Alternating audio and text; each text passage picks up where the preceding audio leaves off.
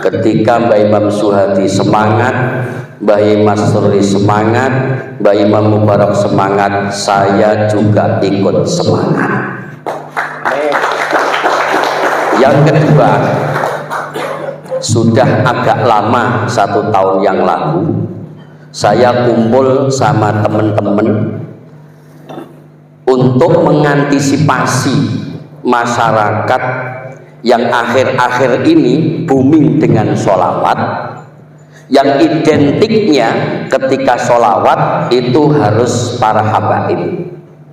Maka supaya masyarakat itu tahu bahwa sholawat itu milik kita semua, bukan hanya milik para habaib, maka teman-teman di Lampung Tengah ini mengadakan semacam jam'iyah, namanya Jam'iyah Kiai Kolosebo, untuk mengkanter masyarakat yang ketika bersolawat harus bersama habaib. Ternyata anak-anak Nusantara, kiai-kiai muda siap menghibur masyarakat dengan Jam'iyah Sholawat Kiai Kolosebo.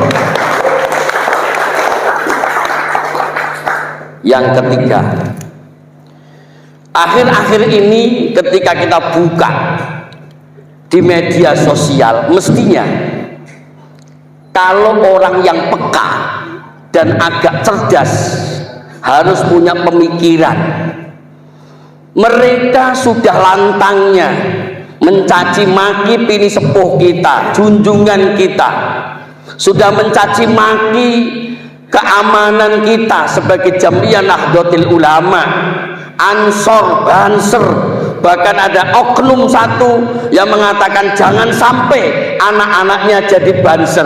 Tapi yang saya sayangkan di Lampung Tengah ini khususnya, ketika ada habaib yang datang, lebih muliakan mereka daripada kiai-kiai pribumi. Ini yang saya sayangkan. Artinya kita sudah dicaci maki seperti itu, akan tetapi teman-teman kita masih saja menghormatinya lebih daripada menghormati kiai-kiai pribumi. Padahal kiai-kiai kita, kiai-kiai pribumi kita, ketika kita sakit, ternyata kiai-kiai kita lah yang datang mendoakan. Tapi tidak ada satupun dari kalangan mereka mau menjenguk Kiai Muhyiddin sekalipun. Ketika sakit, mereka tidak akan pernah menjenguknya, mereka tidak akan pernah mendoakannya. Tapi justru teman-teman kiai kita, termasuk kiai-kiai desa kita, yang ikut mendoakan, menjenguknya di rumah sakit. Bahkan ketika meninggal pun kiai-kiai desa sing ngrumati, bukan mereka. Akan tetapi mereka tetap meyakinkan bahwa mereka itu min dzurriyyati Nabi Muhammad SAW. Oleh karena itu, teman-teman yang hadir, ayo kita bareng-bareng bersama-sama memberikan wawasan kepada masyarakat, memberikan wawasan kepada warga, terutama dari lingkungan kita, dari sahabat kita, tetangga kita, jam'iyah kita, supaya tahu yang sebenarnya. Oleh karena itu, konco-konco semuanya, ayo kita bareng-bareng cancut tali wondo, gundilan sing seret. Ayo kita bareng-bareng untuk memberitahu kepada mereka yang sebenarnya tahu, akan tetapi kadung sudah akut cintanya sama mereka. Lek ora kae yo ora, iki masalahnya. Padahal wis kurang piye lho.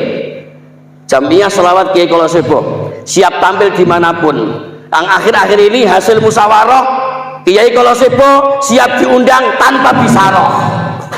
Ayo, sekarang ngomong mana? Dan kiai yang tergabung di Kiai Kolosebo itu sudah siap beribadah di dalam itu. Amin, amin, amin. Selanjutnya di dalam penampilan sholawat Kiai Kolosebo itu, Pak, 15 menit ke NU-an. 15 menit ke NU-an, 15 menit menjelaskan tentang adanya PWI-LS di Indonesia. Artinya sedikit banyaknya Jam'iyah Kiai Kolosebo membantu kita semua di hadapan masyarakat banyak. Kadang Yai Ali yang memberikan tausiahnya, kadang saya, kadang Bayi Slamet. Kalau Bayi Karim enggak pernah memberikan tausiahnya. Orang wani masalahnya, orang wani, karena beliau tugasnya pencak silat. Nah, akan tetapi teman-teman yang hadir ini sangat luar biasa, dan yang hadir ini saya yakin orang-orang yang potensi semua, dan insya Allah hasil daripada mauidhahnya Mbah Yai Mubarak, hasil daripada wawasannya Mbah Imam Suhadi, kita akan bawa pulang dan kita akan berikan wawasan ini kepada teman saudara kita. Sepakat? Setuju? Setuju? Assalamualaikum warahmatullahi wabarakatuh.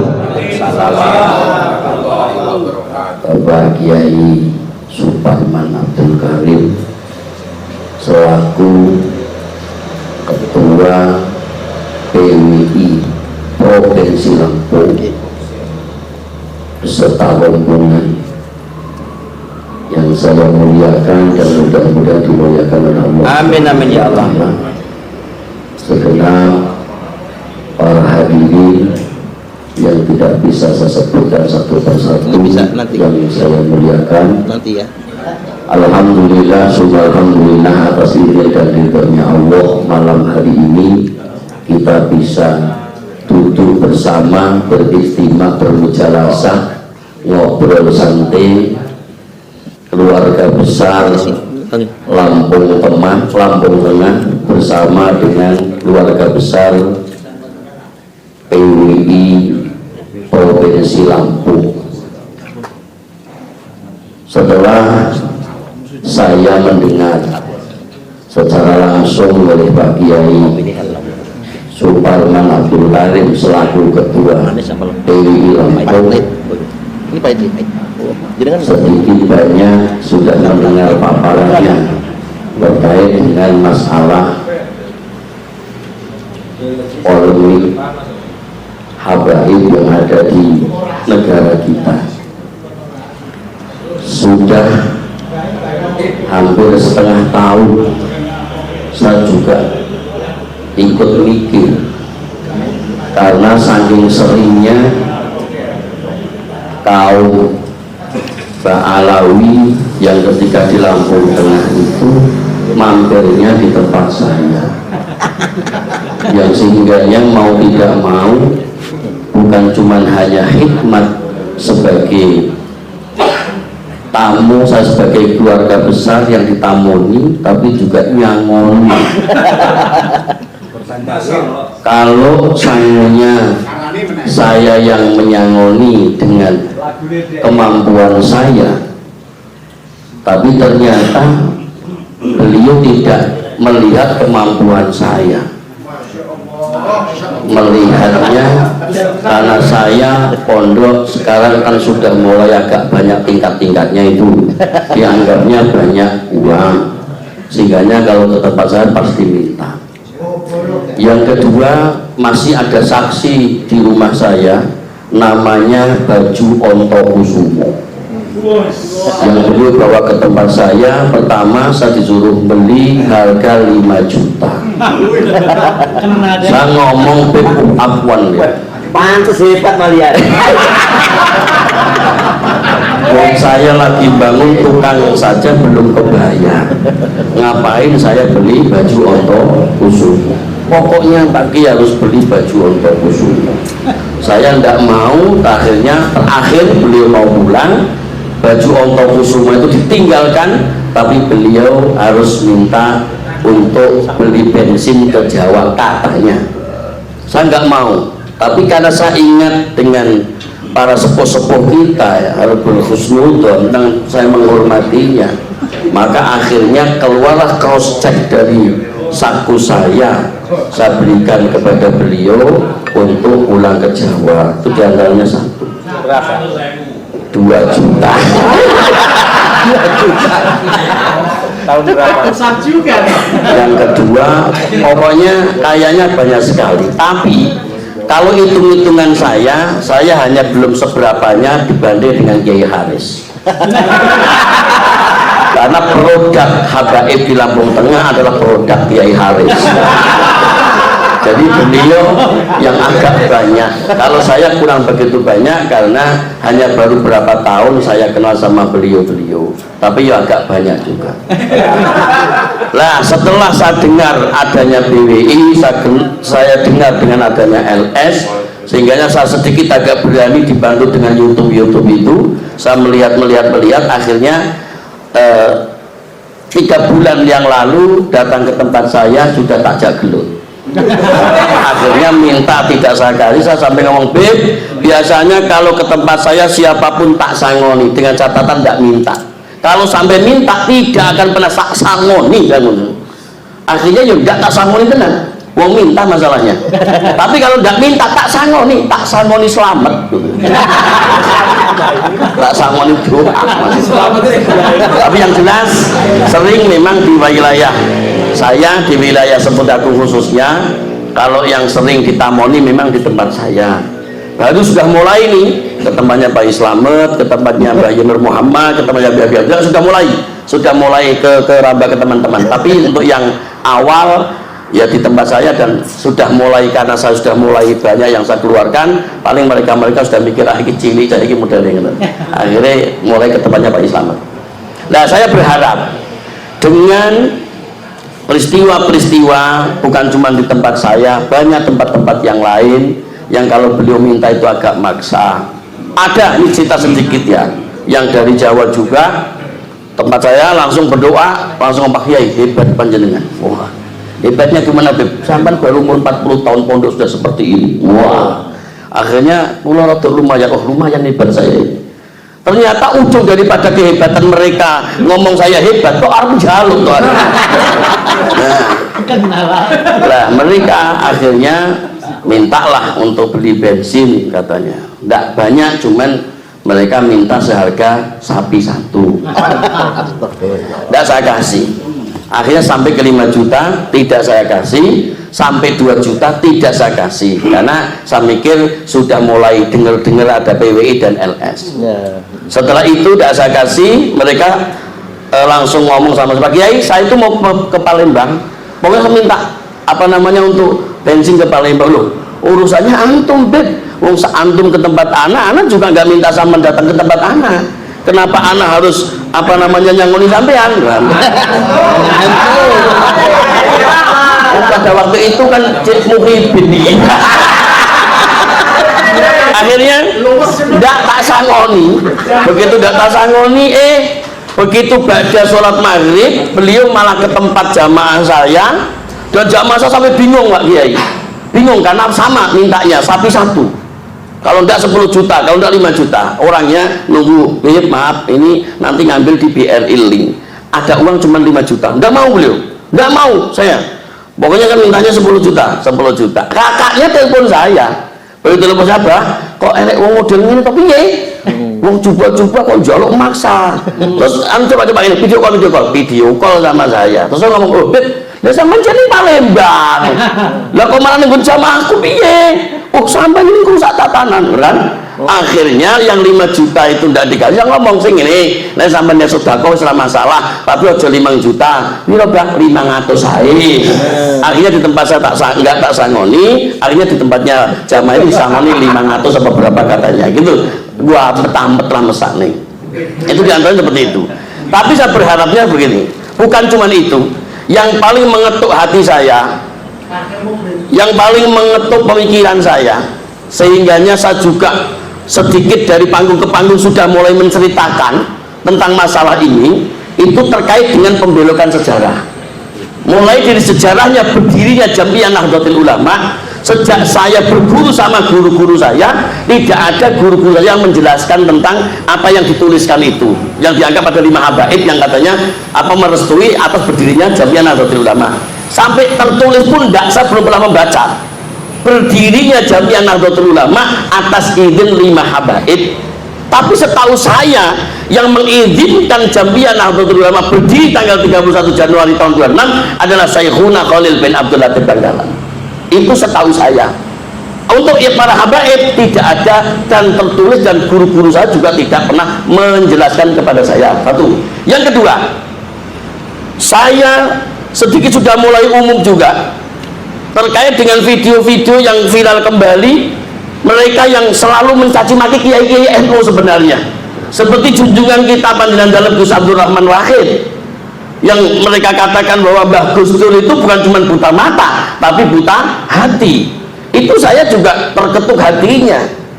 Yang selanjutnya Mbah Kiai Ma'ruf Amin juga seperti itu. Pak Kementerian Agama Gus Yakut, sebenarnya pada waktu itu Gus Yakut itu masih pimpinan Ansor, masih ketua Ansor, tapi anak-anak Ansor kok kayaknya malah menengai, artinya nggak reaksi gitu loh, nggak reaksi. Seperti kemarin ada di Lampung yang menjelaskan tentang masalah berdirinya Ansor, berdirinya Muslimat, berdirinya Patayat yang semuanya syarifah, semuanya habaib. Lah kok tanggane iki sandingi iki enek mbok sapa ora patah genah kiai guya guyu. Lah kowe iki sejarah dibelokno kok pringas-pringis gitu loh. Ini kan bagian tanah Sungai wong wilayah barat sana. Aja mau kita pun nggak penting. Iya, bagian kita pun nggak penting itu juga, Pak. Itu loh. Oleh karena itu saya sedikit sudah berpikir dan paling tidak ngobrol sama teman-teman, dan kemarin saya sudah kumpul Pak Kiai di tempat saya, jadi membuat jasko, Pak. Jasko itu Jamiah Sholawat Kiai Kolosebo. Kiai Kolosebo. Jadi sudah tertulis semuanya lengkap, dan tinggal nanti pertama launching kayaknya di tempatnya bagi Slamet Anwar kan. Jadi kiai-kiai Lampung Tengah dan kumpul di situ, artinya kita tunjukkan bahwa kiai-kiai Nusantara juga hebat-hebat sebenarnya. Jadi dari kita jangan sampai kita mengatakan mereka beliau yang hebat-hebat, tapi kita punya kiai yang hebat, kita punya mbah-mbah kita yang punya sejarah yang hebat-hebat. Bukan tiap hari kita disuguhkan oleh cerita-cerita mbah-mbah kakung mereka yang seolah-olah hebat sampai mikrot saja 70 kali. Setiap satu hari 70 kali kan ngalahkan Kanjeng Nabi tuh. Wong Kanjeng Nabi cuma 1 kali loh. Lah kok mbah mereka 70 kali. Lah ini yang perlu kita beritahu kepada masyarakat, kepada teman-teman kita, supaya tidak sampai merebak kepada kalangan kita. Maka di pertamanan surga, insya Allah Pak Kiai, teman-teman saya sudah sering ngobrol, termasuk kalangan-kalangan, kalau kata Islam Ki nganggur ya, Ki nganggur. Jadi sambil kita silaturahim, ngobrol-ngobrol juga tentang itu. Sampai ada teman saja yang sedikit agak arahnya kurang yakin dengan kita, mending tak blokir nomornya. Ya, karena bayari juga modal gitu, tak blokir. Satu, ada grup itu, satu grup yang kok agak masih di panggung begini dikeluarkan sama bagi Imam Mawardi itu malah. Itu yang mengeluarkan dari grup itu. Jadi artinya Pak Kiai ya, di Lampung Tengah memang harus ada kepanjangan tangan dari PWI pusat, dari PWI provinsi sampai ke Kabupaten Lampung Tengah. Ini yang saya hadiri termasuk kiai-kiai hebat ini yang hadir, dan saya tak jadi anggotanya tidak masalah. Yang penting kiai-kiai ini bisa ada di depan, saya tak di belakang saja. Boleh aman, jangan-jangan. Jadi kiranya ini saja Pak Kiai yang saya berharap, bahwa memang di Lampung Tengah harus ada. Amin. Di Lampung Tengah harus terstruktur, bukan saya hanya obrolan dari satu ke satu, teman ke teman, tapi harus terstruktur. Kenapa? Ketika ada sesuatu hal yang terjadi seperti bagi Tatang itu, berarti kita punya teman-teman yang hebat. Betul. Ngerti nggih? Jadi artinya begitu saja. Saya atas nama atas namanya apa ya? Terus pokoknya konco-konco atas nama konco-konco obrolan sama bagi Wagimin, karena di di grup KBNO itu memang ada yang sedikit masih husnudon, ada yang agak husnudon, ada yang enggak sama sekali, sehingganya dan saya yang dianggap beliau sing rada akhirnya ngene, ayo ngobrol ya, siap yoi. Padahal hari ini saya harus ngaji rutinan zikir ababil sama jamaah, tapi saya tinggal demi kelangsungan sejarah yang sebenarnya di negara yang kita cintai ini, baik sejarah Jamiah Nahdlatul Ulama atau sejarah kemerdekaan Republik Indonesia. Merdeka. Assalamualaikum warahmatullahi wabarakatuh. Waalaikumsalam.